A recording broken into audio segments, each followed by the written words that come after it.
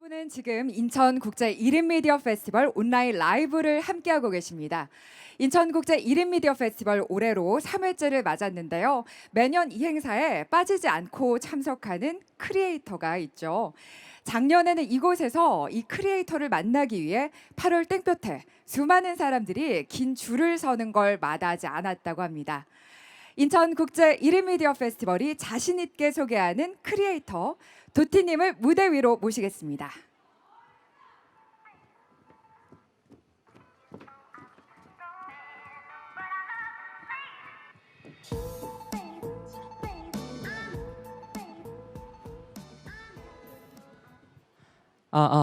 네, 여러분 안녕하세요. 반갑습니다. 크리에이터 도티입니다.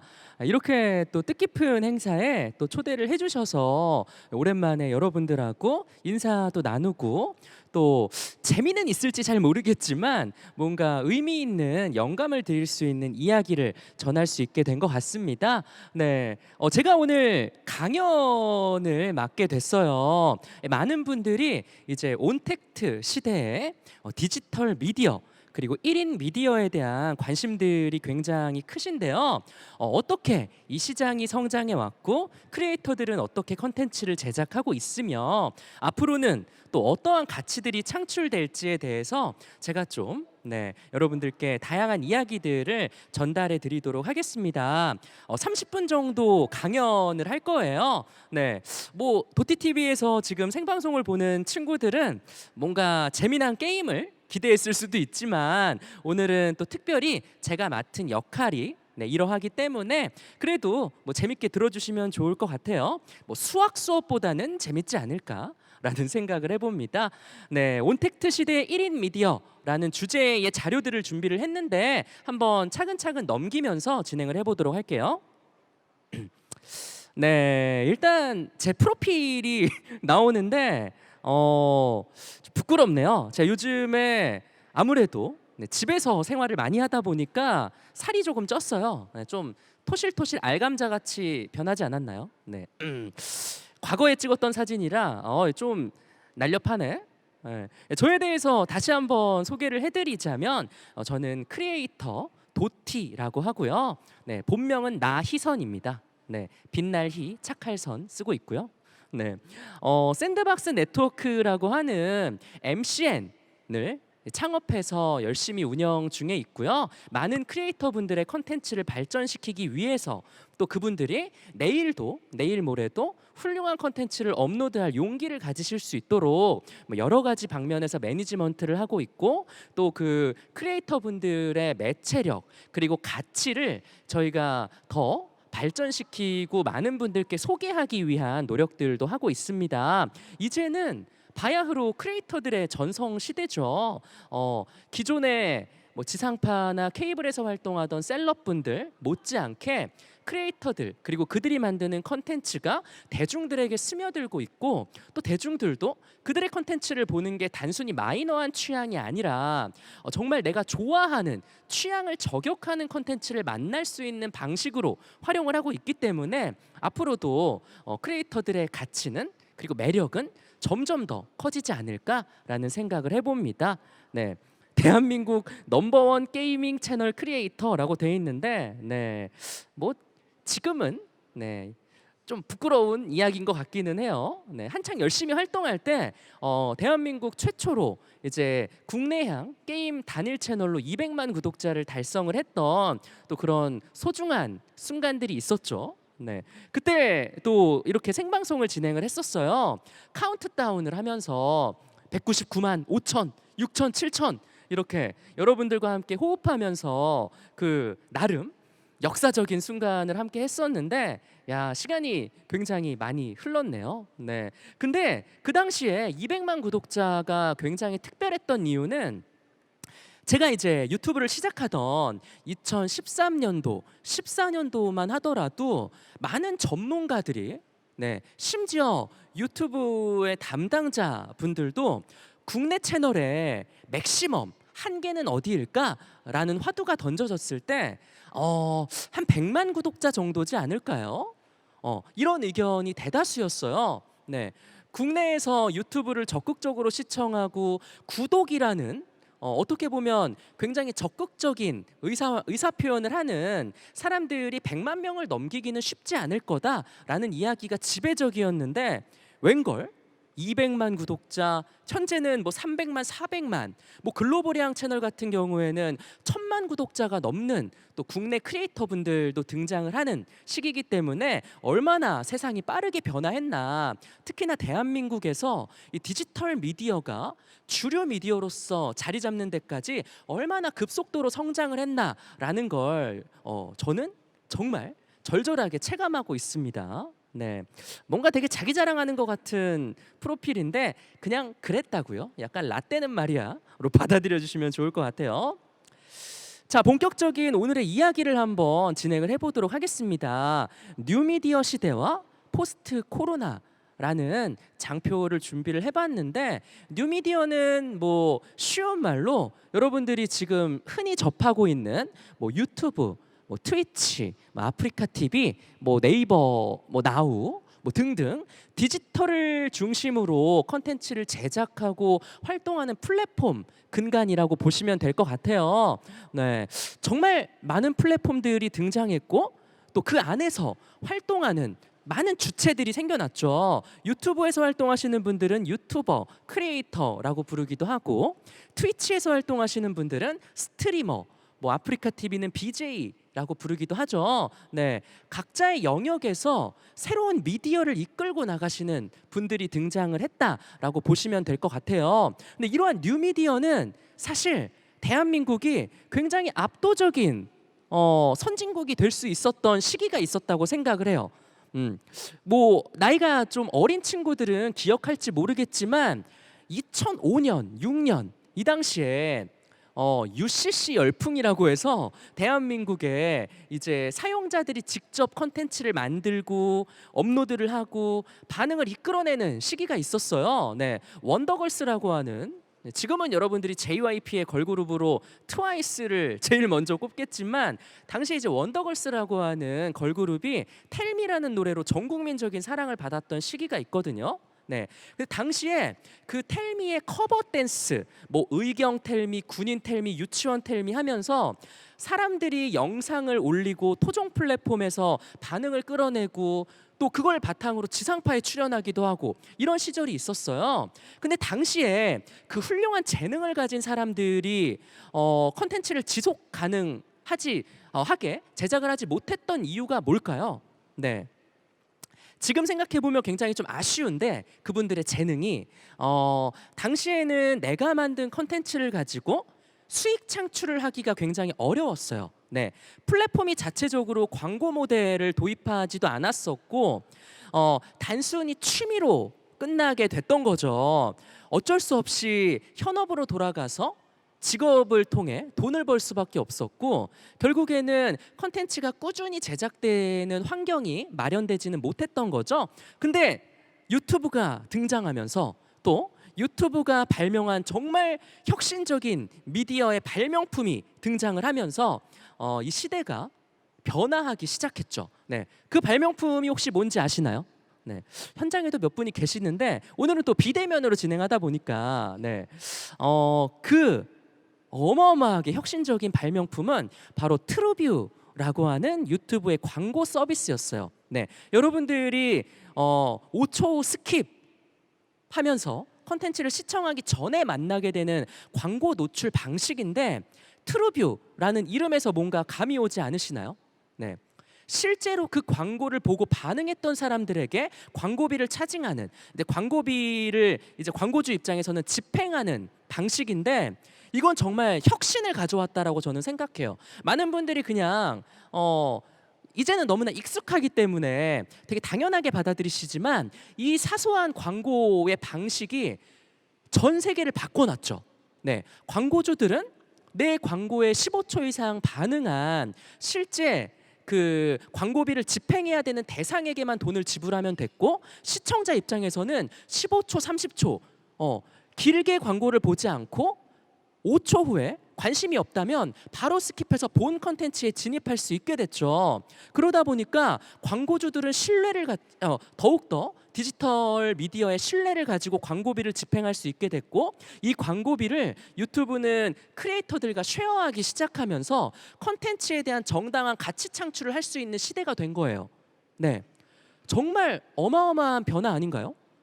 되게 단순한 것 같지만 이 과정을 통해서 크리에이터들은 컨텐츠를 지속적으로 제작할 수 있는 원동력을 가지게 됐고, 시장이 엄청나게 빠른 속도로 진화하고 발전하기 시작을 합니다. 네, 크리에이터들은 단순히 취미에 머무는 게 아니라 내가 이걸 직업으로 그리고 오래오래 가능성을 가지고 접근하기 시작을 했고요. 이를 통해서 뉴미디어가 정말 빠르게 성장을 하게 됩니다. 제가 시작하던 2013년도만 하더라도 유튜브에 프로페셔널하게 채널을 올리는 분들은 대부분 아프리카 TV에서 활동을 하시고 다시 보기 저장소 느낌으로 유튜브를 활용하시는 분들이 대다수였는데, 이러한 시장이 성장하다 보니까 게임뿐만 아니라 뷰티, 그리고 뭐 전문가 채널의 영역, 뭐 헬스 등등 다양한 주제, 다양한 버티컬의 핵심 등장 인물이 유튜브에서 활동을 하시기 시작을 했고, 이로 인해서 정말 다양한 양질의 컨텐츠들이 쏟아져 나오기 시작을 했어요. 네, 이러한 시기가 불과 2, 3년 전, 네, 정말 피크를 찍고 지금까지도 꾸준히 그러한 반응들이 나타나기 시작을 했죠. 네, 이러한 시대는 많은 사람들에게 볼거리를 충족시켜주는 계기가 됐을 뿐더러 이제는 정말 불특정 대중을 향한 컨텐츠의 제작이 아니라 취향을 사소하게라도 저격할 수 있는 정말 다양하고 세분화된 주제로 채널이 그리고 컨텐츠가 발전하기 시작했죠. 네, 저는 너무너무 신기해요. 이 세상에 나름 1세대, 1.5세대 크리에이터로 활동을 했던 저로서는 이 모든 발전 과정들, 그리고 크리에이터들이 등장하는 모습, 팬들이 모이는 모습, 이 시장의 규모가 양적으로 질적으로 커지는 모습을 직접 목도했기 때문에 야, 진짜 대단하다. 앞으로는 얼마나 더 발전할까라는 기대감과 함께 또 흥분감도 가지고 있습니다. 너무너무 멋있는 것 같아요.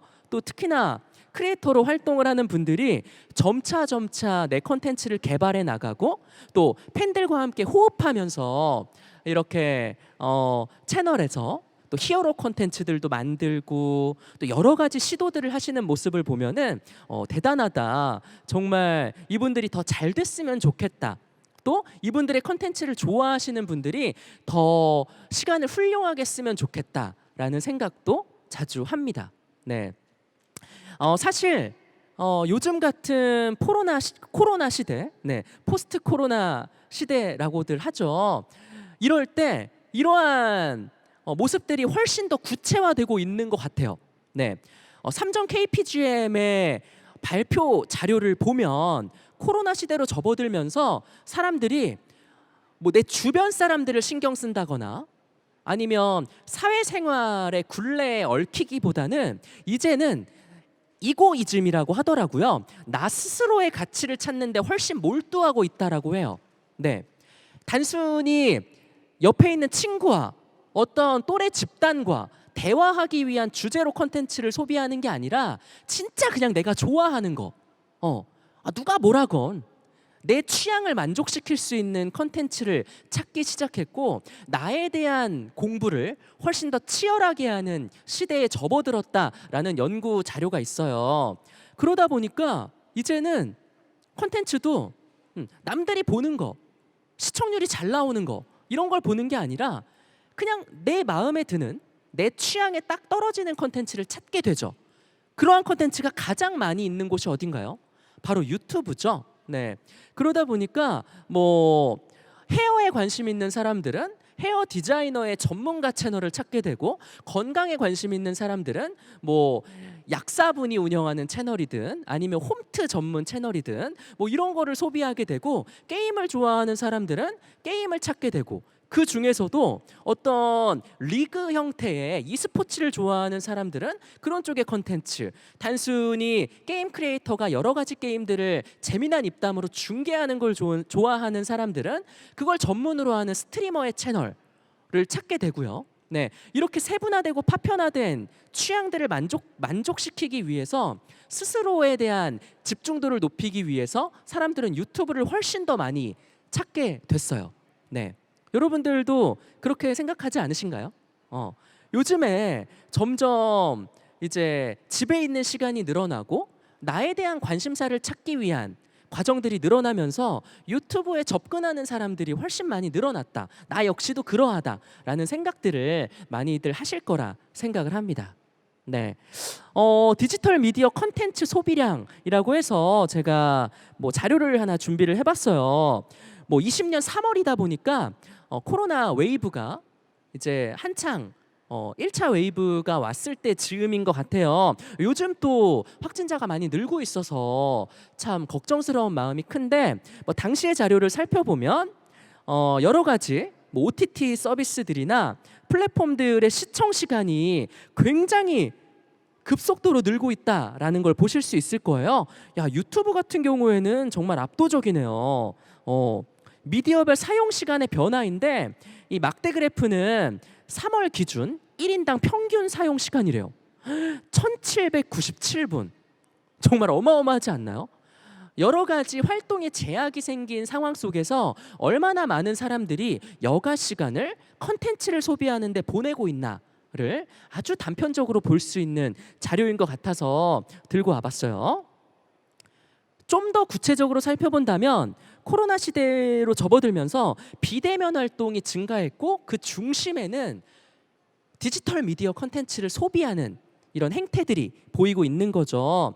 특별히 급속도로 성장한 세 개의 버티컬을 가져와 봤는데 홈 트레이닝 같은 경우에는 156%나 헬스장에 직접 방문을 한다거나 뭐 PT를 받는 게 여의치 않다 보니까 홈 트레이닝을 수강하는 사람들이 4,300명에서 11,000명까지 이렇게 늘었다고 합니다. 저도 좀 운동을 해야 되는데 네, 어쩌다 보니까 몸을 움직이는 거랑은 그닥 친하지 않아서 네, 빨리 좀 살을 빼서 이전의 모습을 되찾아 보도록 하겠습니다. 동영상 콘텐츠 같은 경우에는 뭐 OTT, IPTV 이용이 급격하게 증가했다라고 나오죠.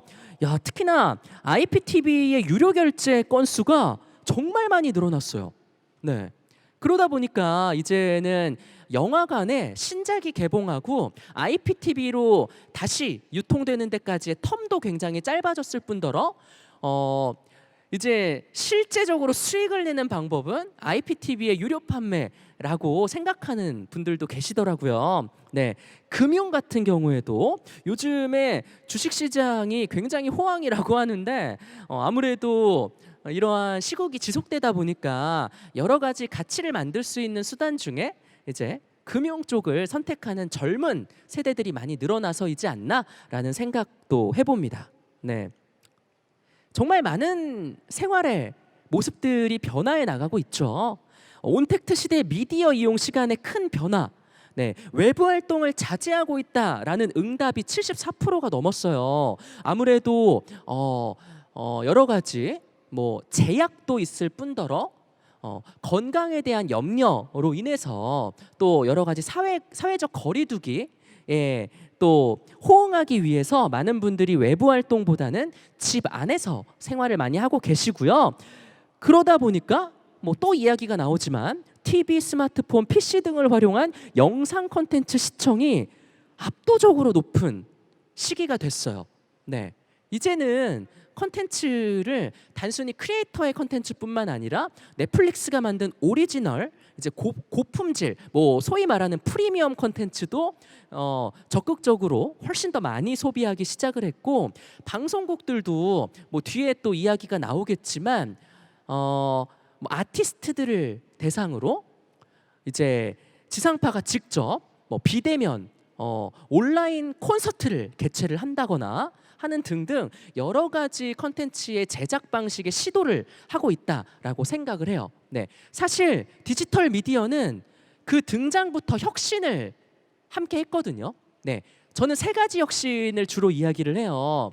기획의 혁신, 연출의 혁신, 유통의 혁신. 네, 이제는 아이템도 무궁무진해졌고 범대중들을 만족시키는 컨텐츠를 만들어야만 뭐 시청률을 담보해서 수익을 창출할 수 있는 시대가 아니라 모수가 많지 않더라도 1인이 직접 컨텐츠를 만들고 제작비가 굉장히 저렴하다 보니까 취향을 저격할 수 있는 아주 소소한 주제의 컨텐츠들도 충분히 개인에게는 수익을 가져다 줄 수 있는, 또 이 컨텐츠를 지속 가능할 수 있는 동기부여가 됐었고, 그러다 보니까 기획에 있어서 많은 부분에 혁신이 일어났어요. 네, 정말 많은 컨텐츠의 아이템들을 제작하기 시작을 했고요. 네, 게임만 하더라도 과거에는 게임을 재미나게 중계하는 건 크게 사회적 가치가 없었던 시절이 있었어요. 근데 이제는 게임을 재밌게 하고 잘하지 않아도 돼요.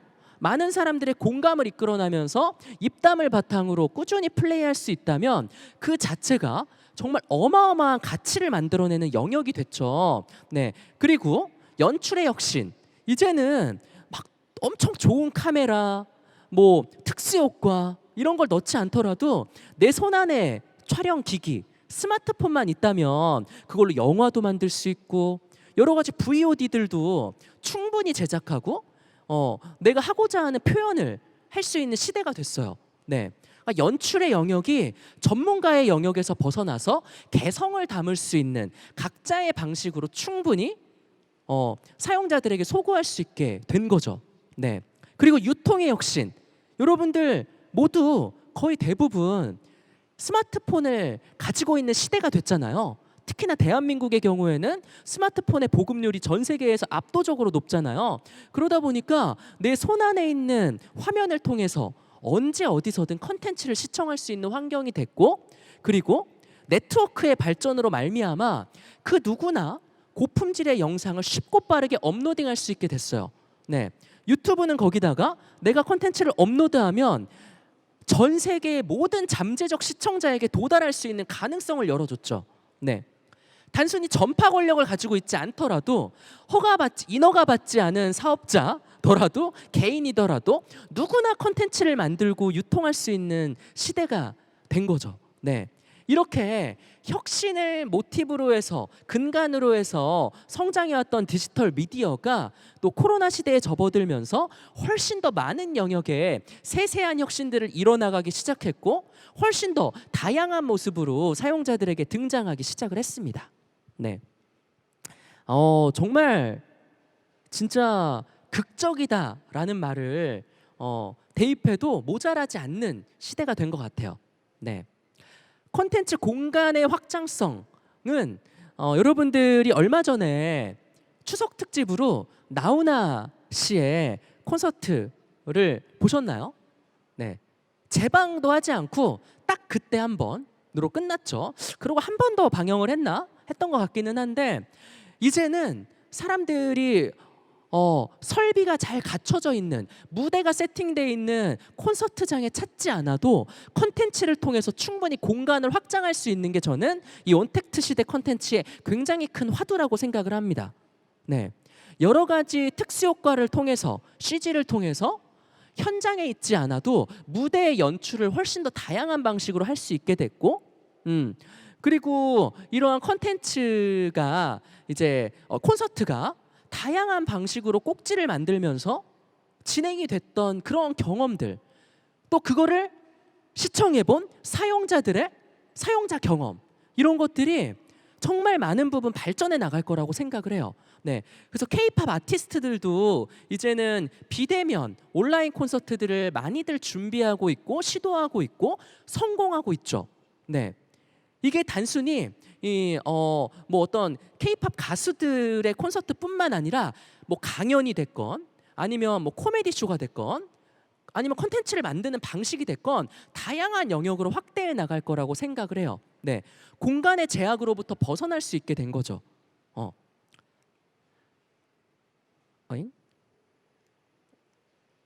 네, 다음 슬라이드로 넘어갔네요. 네, 온택트 시대 향후 전망이라고 이게 마지막 슬라이드예요. 여러분들이 아무래도 제가 오늘은 강연을 주제로 온택트 시대의 디지털 미디어에 대해서 또 준비를 했기 때문에 어떻게 보면 좀 재미없는 이야기였을 수도 있지만 또 시대가 이렇게 흘러가는구나. 세상이 이렇게 엄청나게 빠른 속도로 미디어가 이렇게 다양한 모습으로 변화하고 있구나라는 거를 좀 이해하면서 들으셨다면 그래도 좀 재미있으시지 않았을까? 또 관심 있는 분들은 더더욱이나 또 와닿는 이야기였지 않았을까라는 생각을 해봅니다. 오늘 행사가 뭐 시청자분들을 대상으로 하기도 하지만 이제 막 꿈을 꾸는 이제 신입 크리에이터 분들을 대상으로 하는 행사이기도 해요. 그래서 그분들이 이 시장은 정말 앞으로도 훨씬 더 성장할 거고 내가 하는 일은 가치 있는 일이야.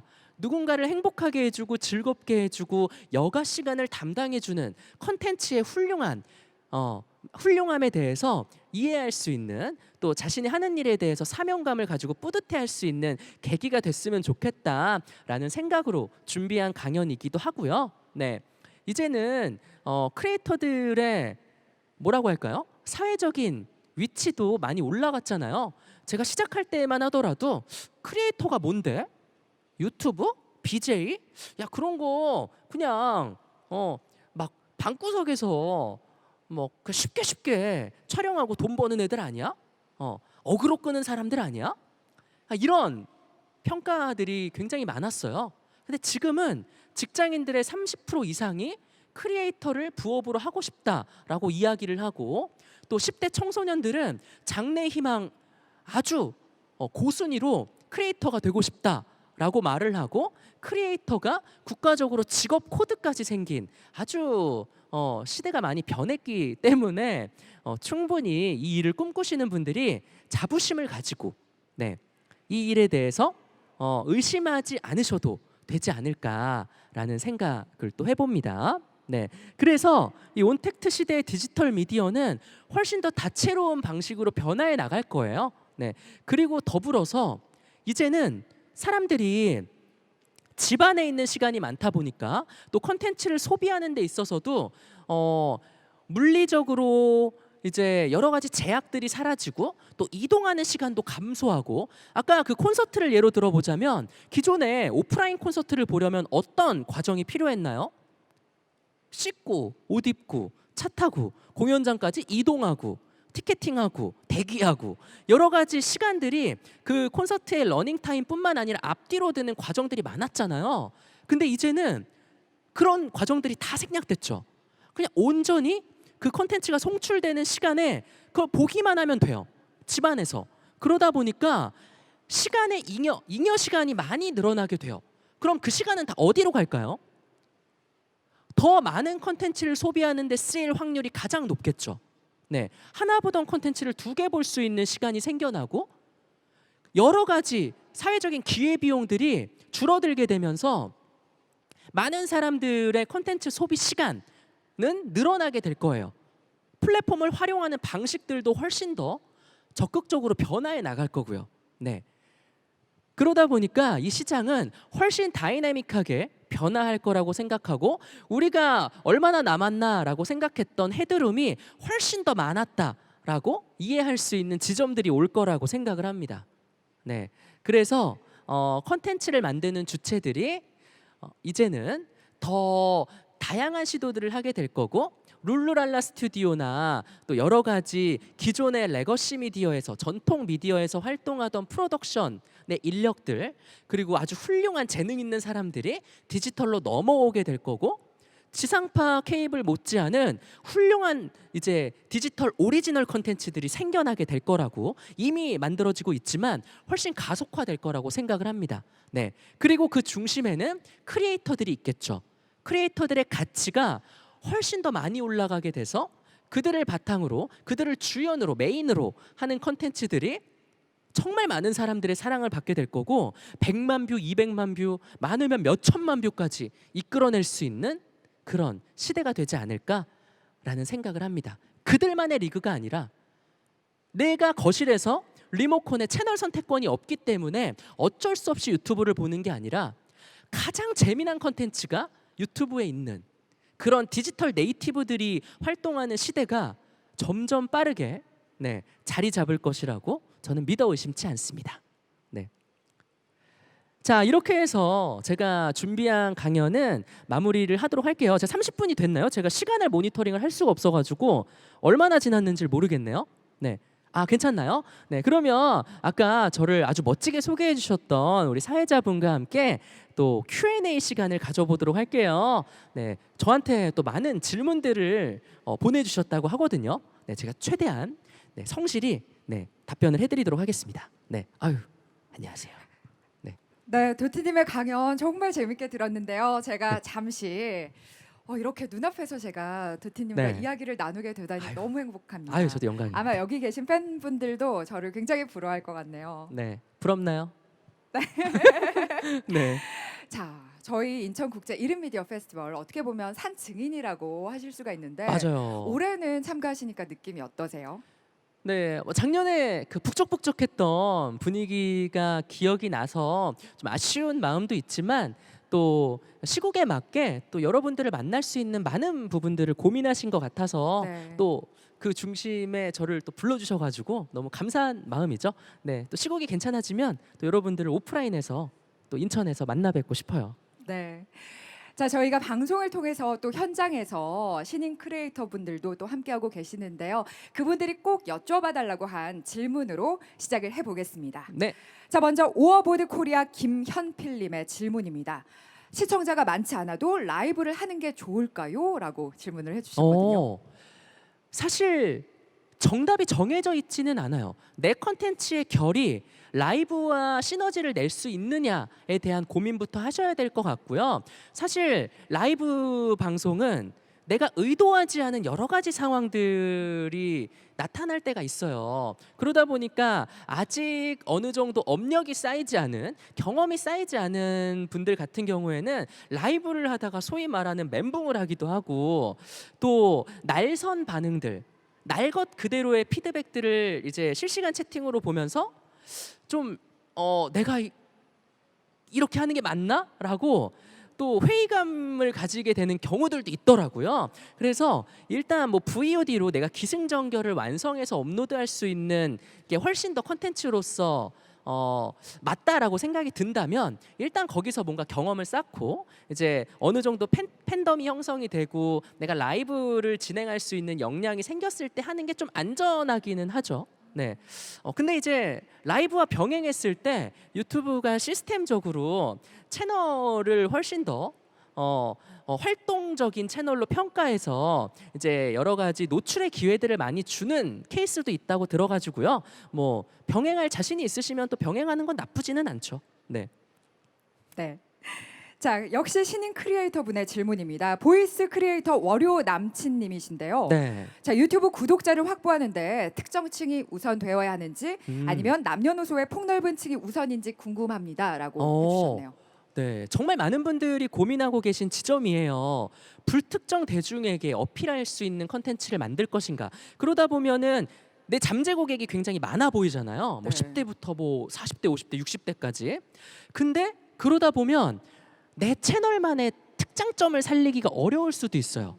누구의 장단에 맞춰야 되나 휘둘리게 되는 경우들이 생기거든요. 네. 어떤 컨텐츠는 10대들에게 호응을 얻었다가 그러다 보니까 3, 40대는 이건 제가 보기에는 좀 유치한데요, 재미없는데요 하다 보면 연령대를 높일까?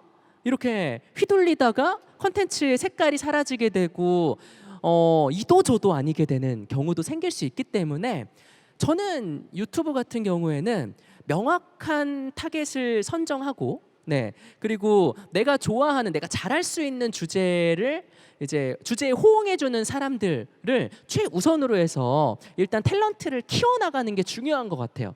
그러고 나면은 이제는 컨텐츠를 좋아하는 사람들뿐만 아니라 나 자신을 좋아해주는 사람들도 이제 내 채널에 유입이 되기 시작되고 그러다 보면 내가 컨텐츠의 곁가지를 뻗어나가면서 다양한 시도들을 할 수 있게 되거든요. 처음부터 너무 욕심을 가지기보다는 좀 핵심적인 주제를 가지고 가는 게 그래도 좀 유리하지 않을까? 좀 전략적인 측면에서 본다면요. 네, 그런 말씀을 좀 드리고 싶네요. 와, 도트님이 네. 이렇게 직접 답변을 해주시니까 너무 행복하실 것 같아요. 아유, 질문자분께서는. 네. 자, 다음은 춤추는 약사 홍동님입니다. 음. 지금도 247만이 넘는 구독자를 가지고 계시는 빅 크리에이터이시지만 네. 앞으로 새로 도전하고 싶은 컨텐츠나 또 다른 경로로 진출하고 싶은 새로운 분야가 있는지 궁금합니다. 그리고 또 있어요. 도티 사랑해요. 아유. 하트. 네. 네. 우리 춤추는 약사님, 감사합니다. 네. 사실 고민이 되는 지점들이 있는 게 뭐냐면 저도 그러했는데 어떻게 보면 이제 이전 질문의 답변과는 조금 배치될 수도 있겠네요. 저는 마인크래프트라고 하는 게임 컨텐츠를 중심으로 성장을 해왔고 해당 주제의 영상만 3,000개가 넘게 만들었어요. 한 횟수로 5년, 6년 동안 365일 하루도 쉬지 않고 컨텐츠를 만든 채널인데 그러다 보니까 이제 나도 모르는 사이에 이 일에 대해서 좀 굉장히 힘들다라는 경험을 하게 되고 번아웃이 오더라고요. 그게 이제 작년 재작년 글로벌리 유튜브에서 가장 크게 생각했던 지점이고 유튜브 CEO가 직접 1세대 크리에이터들은 쉬어야 된다. 여러분들이 채널에 업로드를 주기적으로 하지 않아도 유튜브는 여러분들의 채널을 죽이지 않는다. 여러분들의 충분한 휴식을 취하고 새로운 에너지로 새로운 주제의 컨텐츠에 도전할 수 있었으면 좋겠다라는 이야기를 유튜브 CEO가 직접 했거든요. 근데 저도 뭐 기사에도 여러 번 나오긴 했지만 이제 그러한 과정들을 너무나 빠른 속도로 겪다 보니까 번아웃을 경험하게 되고 또 컨텐츠를 제작할 수 있는 동력을 상실했던 시기가 있거든요. 그래서 뭔가 색다른 시도를 통해 내가 또 새로운 열정을 불살라야겠다. 또 새로운 사명감을 가져야겠다라는 생각을 했고 그래서 지금은 사실 게이밍 컨텐츠 업로드를 좀 쉬고 있어요.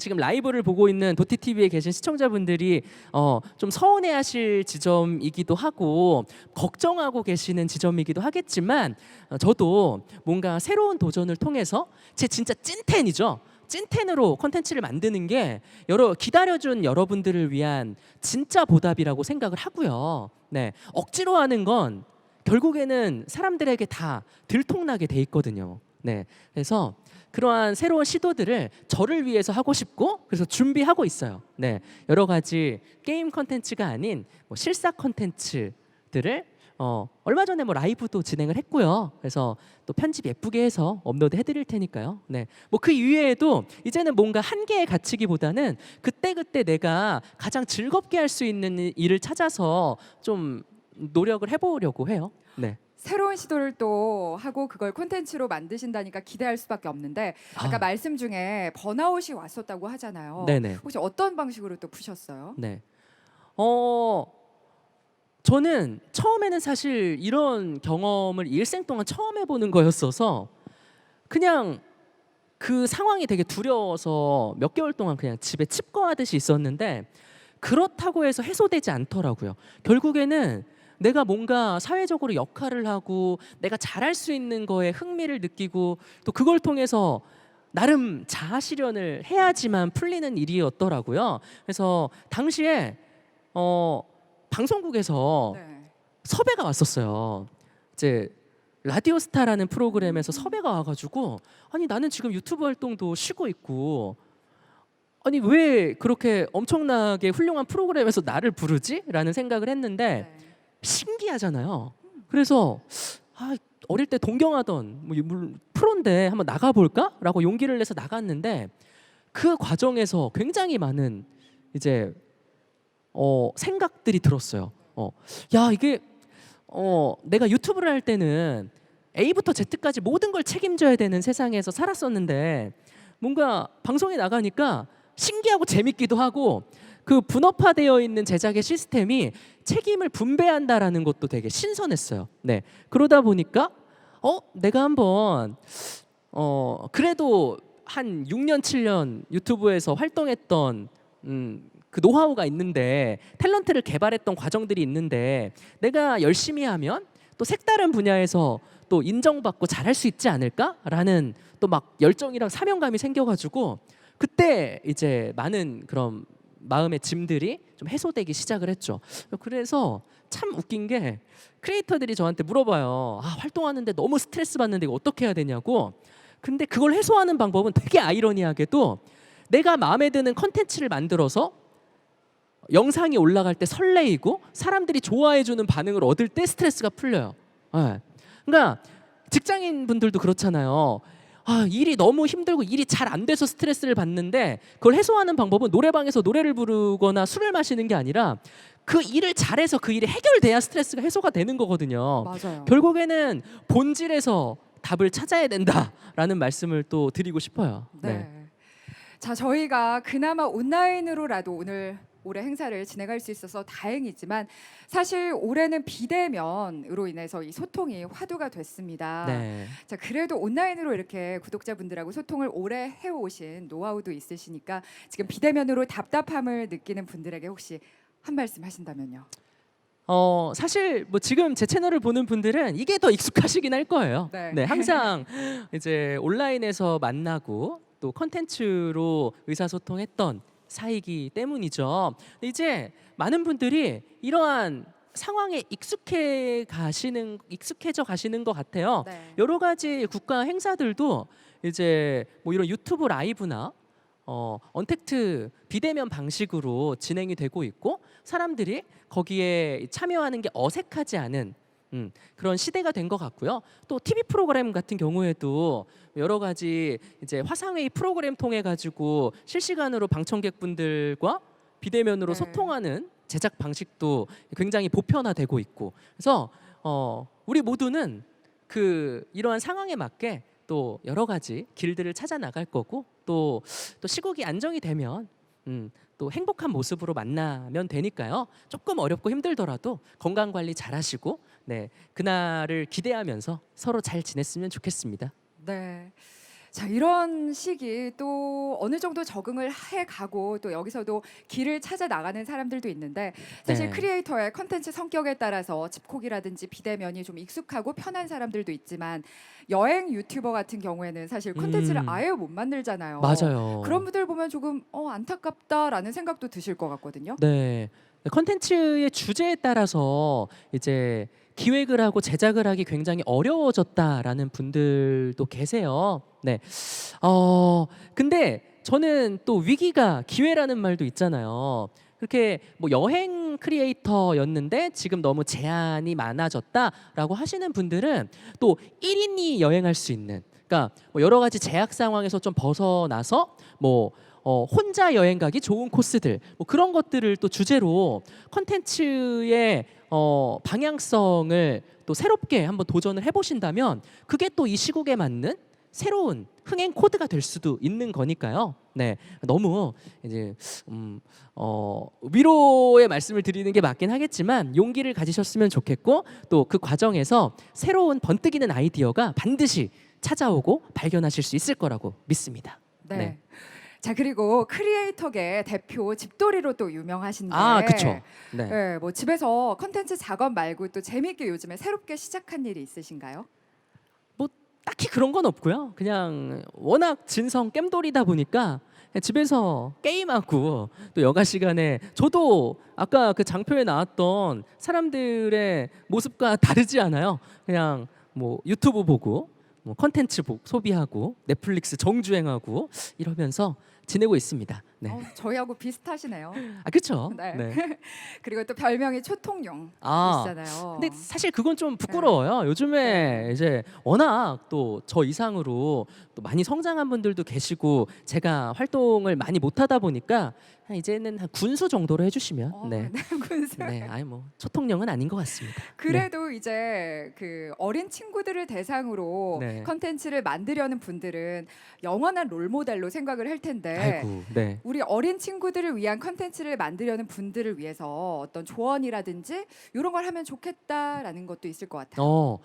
제가 항상 컨텐츠를 만드는 분들께 이거 하나만큼은 마음에 꼭 간직해야 된다라고 말씀을 드리는 게 누군가의 시간을 소중하게 생각해야 돼요. 나한테는 20분짜리 영상일 수도 있지만 그게 100명이 모이면 2,000분이라는 시간이고요. 그 시간의 기회비용이라는 건 사회적 가치로 환산해도 어마어마한 거잖아요. 거기다가 특히나 어린 친구들의 그 시간은 얼마나 소중한가요? 네, 그래서 진짜 그냥 조회수 장사꾼을 자처하면서 그냥 어떻게든 뭐 영상에 조회수만 잘 나오면 되지, 그냥 이런 생각보다는 내 영상을 시청하기로 마음먹은 사람들이 그 러닝타임의 시작과 끝까지 시간이 아깝지 않게 하는 컨텐츠를 만들어야겠다. 또 특히나 아이들 같은 경우에는 이 친구들이 건강한 영향력을 받을 수 있는 컨텐츠를 만들어야겠다 라는 그런 사명감을 가지고 활동을 하셨으면 좋겠고요. 네, 저는 그게 장기적으로도 채널이 오래오래 잘 될 수 있는 길이라고 생각을 해요.